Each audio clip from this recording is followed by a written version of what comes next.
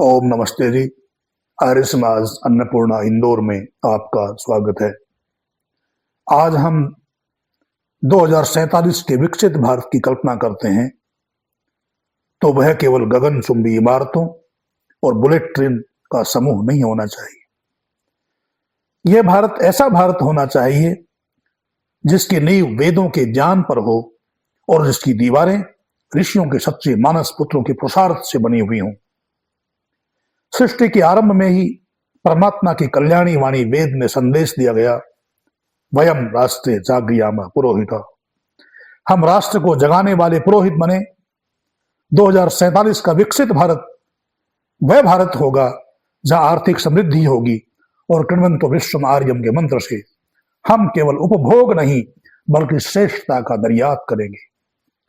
2047 के भारत में समरसता व समानता होगी और सत्यार्थ प्रकाश के तीसरे समोल्लास के अनुसार राजा और प्रजा के प्रत्येक अमीर व गरीब के बालक को शिक्षा की समान अवसर और समान सुविधाएं मिलेगी। यह सब बिना किसी भेदभाव और सिफारिश के होगा। 2047 का भारत आत्मनिर्भर होगा। ऐसा हमें पुरुषार्थ करना होगा। ऐसे भारत में हम केवल मेक इन इंडिया नहीं बल्कि वैदिक ज्ञान फॉर इंडिया की बात करेंगे। महर्षि दयानंद का स्वराज और 2047 याद रखिए।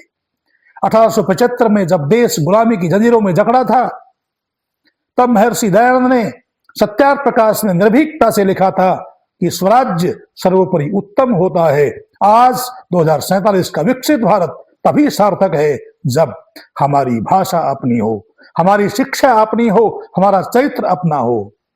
2047 में विकसित भारत का अर्थ है भ्रष्टाचार मुक्त भारत। सत्यार्थ प्रकाश के छठे समोल्लास के राजधर्म विषय में महर्षि दयानंद ने कहा था कि जो अधिकारी अन्याय या कदाचार करे उसे सामान्य से 1000 गुना दंड मिले। यदि भारत को महाशक्ति बनना है तो हमें वेदों के उस पक्षपात रहित न्याय को लागू करना होगा जहां कानून के सामने प्रधानमंत्री और आम नागरिक एक समान खड़े हों।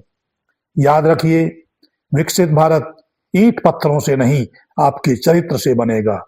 महर्षि दयानंद ने अकेले दम पर पाखंड खंडनी पताका फहराई थी। क्या 140 करोड़ का यह भारत 2047 तक विश्व गुरु नहीं बन सकता?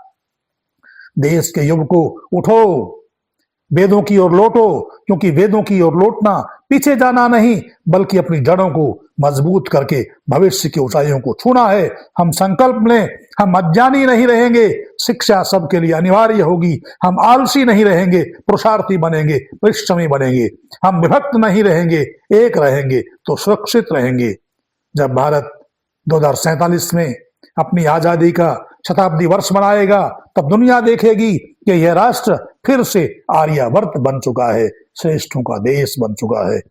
इति ओम सम। जय भारत। कृण्वन्तो विश्वम आर्य।